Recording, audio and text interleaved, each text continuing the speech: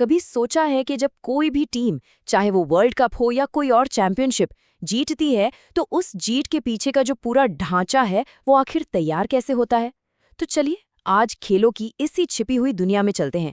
हम सिर्फ दर्शक बनकर नहीं रहेंगे, नहीं, आज हम बनेंगे टूर्नामेंट आर्किटेक्ट और ये जानेंगे कि एक शानदार टूर्नामेंट आखिर डिजाइन होता कैसे है। तो ठीक है, चलिए शुरू करते हैं। इस सफर में हम क्या क्या देखने वाले हैं? भाई सबसे पहले तो हम दो तरह के टूर्नामेंट्स की कहानी समझेंगे, फिर ब्रैकेट बनाने की जो कला है ना, उसमें महारत हासिल करेंगे। इसके बाद ये भी जानेंगे कि लीग में सब एक दूसरे से कैसे खेलते हैं, और आखिर में हम सिर्फ ट्रॉफी के बारे में नहीं बल्कि उसके आगे की भी सोचेंगे। तो ये है हमारा आज का रोड मैप। तो एक बेहतरीन टूर्नामेंट बनाने का जो ये सफर है ना, ये एक बहुत ही बुनियादी सवाल से शुरू होता है।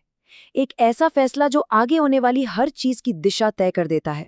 और वो सवाल ये है, एक चैंपियन चुनना है, ठीक है, पर ज्यादा जरूरी क्या है, रफ्तार या फिर निष्पक्षता? क्या हमें बस जल्दी से जल्दी एक विनर चाहिए, या फिर हम ये पक्का करना चाहते हैं कि जो सच में सबसे अच्छी टीम है वही जीते, भले ही इसमें थोड़ा वक्त ज्यादा लग जाए? बस इसी एक सवाल में ना दो अलग अलग तरह के टूर्नामेंट का पूरा राज छिपा हुआ है। तो ये रहे हमारे दो मुख्य दावेदार। एक तरफ है नॉकआउट, एकदम तेज, एकदम रोमांचक, हर मैच में जबरदस्त ड्रामा, एक गलती हुई और टीम टूर्नामेंट से बाहर। और दूसरी तरफ है लीग, या जिसे राउंड रॉबिन भी कहते हैं। ये थोड़ा मेथोडिकल है, एकदम निष्पक्ष। यहाँ हर किसी को हर किसी से खेलने का मौका मिलता है और आखिर में पता चलता है कि असल में सबसे बेहतर कौन है। अच्छा, तो अब जब हम इन दोनों फॉर्मेट्स के बारे में जान गए हैं, तो चलिए पहले वाले को थोड़ा और करीब से देखते हैं, यानी नॉकआउट फॉर्मेट। आइए इसकी गहराइयों में उतरते हैं और समझते हैं कि एक क्लासिक टूर्नामेंट ब्रैकेट बनता कैसे है। देखिए, एक एकदम परफेक्ट, जिसे कहते हैं ना बैलेंस्ड नॉकआउट ब्रैकेट, उसके लिए टीमों की संख्या एक जादुई नंबर में होनी चाहिए, मतलब 2 की पावर में, जैसे 2, 4, 8, 16, 32। और ऐसा क्यों? क्योंकि इससे हर राउंड में टीमें एकदम बराबर बराबर बढ़ जाती हैं, कोई भी टीम फालतू नहीं बचती। ये बिल्कुल एक आदर्श स्थिति है, एकदम फेयर। लेकिन असल दुनिया में चीजें हमेशा इतनी परफेक्ट तो होती नहीं है ना? टीमों की संख्या हमेशा 8 या 16 तो होगी नहीं। तो यहीं पर असली चुनौती आती है। सोचिए, अगर 15 टीमें हैं तो क्या होगा? तब एक बैलेंस्ड ब्रैकेट कैसे बनेगा? तो इस समस्या का एक बहुत ही स्मार्ट सॉल्यूशन है और उसे कहते हैं बाय। अब ये बाय क्या है, ये समझिए। एक तरह का फ्री पास है। एक टीम को ये पास मिल जाता है और वो बिना मैच खेले ही सीधे अगले राउंड में पहुंच जाती है। इससे होता यह है कि टीमों की संख्या हमारे उस जादुई नंबर तक पहुंच जाती है। और यहाँ बिल्कुल साफ साफ दिख रहा है कि बाय असल में काम कैसे करता है। देखिए, ये 15 टीमों का टूर्नामेंट है। अब इसे संतुलित करने के लिए हमें अगली पावर ऑफ 2 यानी 16 तक पहुंचना है। तो क्या किया? एक टीम को बाय दे दिया। टीम 15 को देखिए, उसे पहला मैच खेलना ही नहीं पड़ा, वो सीधे क्वार्टर फाइनल में पहुंच गई और बस हो गया हमारा ब्रैकेट बैलेंस्ड। लेकिन ठहरिए, ये बाय ऐसे ही किसी को भी नहीं दे दिया जाता।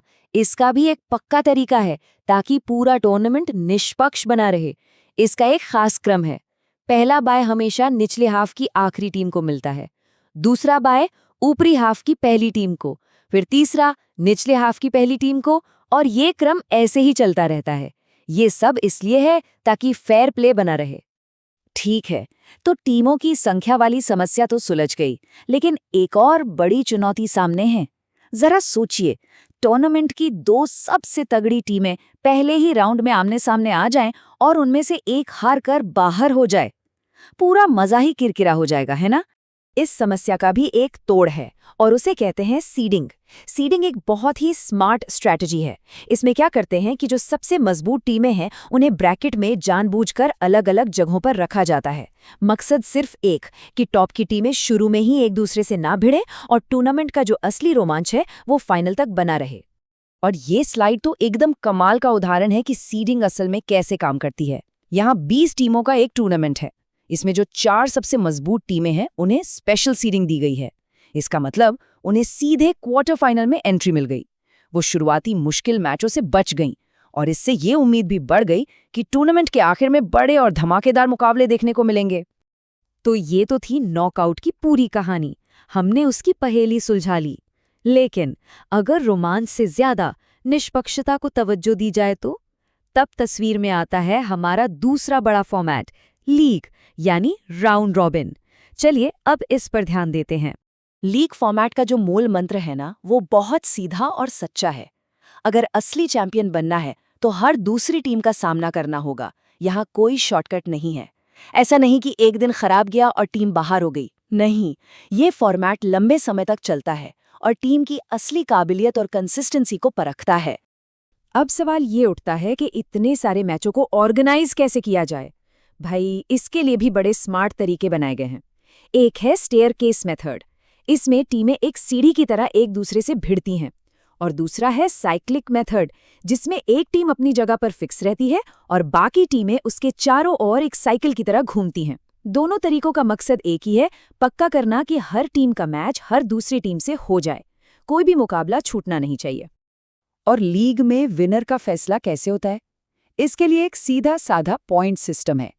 आमतौर पर जीतने पर मिलते हैं 2 पॉइंट्स, मैच ड्रॉ हुआ तो 1 पॉइंट और हारने पर कुछ नहीं, 0। फिर टूर्नामेंट्स के आखिर में जिसके खाते में सबसे ज्यादा पॉइंट्स होते हैं वही बनता है चैंपियन। ये उसकी लगातार अच्छी परफॉर्मेंस का सीधा सबूत होता है। अच्छा, तो अब हम नॉकआउट और लीग दोनों सिस्टम को समझ चुके हैं। तो अब देखते हैं कि कैसे इन दोनों तरीकों को मिलाकर कुछ और बेहतर बनाया जा सकता है। और साथ ही एक बड़ा सवाल पूछते हैं कि आखिर ये सब टूर्नामेंट्स होते किस लिए हैं? इनका असली मकसद क्या है? कभी कभी सबसे अच्छा डिज़ाइन वो होता है जो दोनों दुनियाओं की अच्छाइयों को एक साथ ले आए। और ऐसा ही एक फॉर्मेट है लीग कम नॉकआउट। इसमें होता यह है कि टीमें पहले अपने अपने ग्रुप में लीग की तरह खेलती हैं। इससे सबको बराबर मौके मिल जाते हैं। फिर हर ग्रुप के जो टॉपर्स होते हैं वो आगे एक हाई वोल्टेज नॉकआउट राउंड में जाते हैं। और इसका सबसे बड़ा और सबसे मशहूर उदाहरण फीफा वर्ल्ड कप। और क्या, शुरुआती राउंड्स में टीमें ग्रुप में लीग मैच खेलती हैं और फिर जो टॉप टीम्स होती हैं वो नॉकआउट स्टेज में पहुंचती हैं, जहां से हर मैच करो या मरो वाला बन जाता है। ये हाइब्रिड मॉडल जो है ना, ये पार्टिसिपेशन और थ्रिल का एक परफेक्ट बैलेंस है। तो यहाँ एक बहुत ज़रूरी बात समझनी होगी। कभी कभी टूर्नामेंट का मकसद सिर्फ एक विनर ढूंढना नहीं होता। इसके पीछे और भी बड़े उद्देश्य हो सकते हैं, जैसे कि ज़्यादा से ज़्यादा लोगों को भाग लेने का मौका देना, एक कम्युनिटी बनाना, मनोरंजन करना और सबसे ज़रूरी खेल भावना को बढ़ावा देना। और इसी एक विचार के साथ आज की ये चर्चा यहीं ख़त्म करते हैं। अगली बार जब भी कोई टूर्नामेंट देखें तो एक पल के लिए ज़रूर सोचिएगा, क्या इसका असली मकसद सिर्फ एक चैंपियन को ताज पहनाना है या फिर खेल के जरिए हर किसी को आगे बढ़ने और बेहतर बनने का मौका देना है? असली जीत आखिर है किसमें?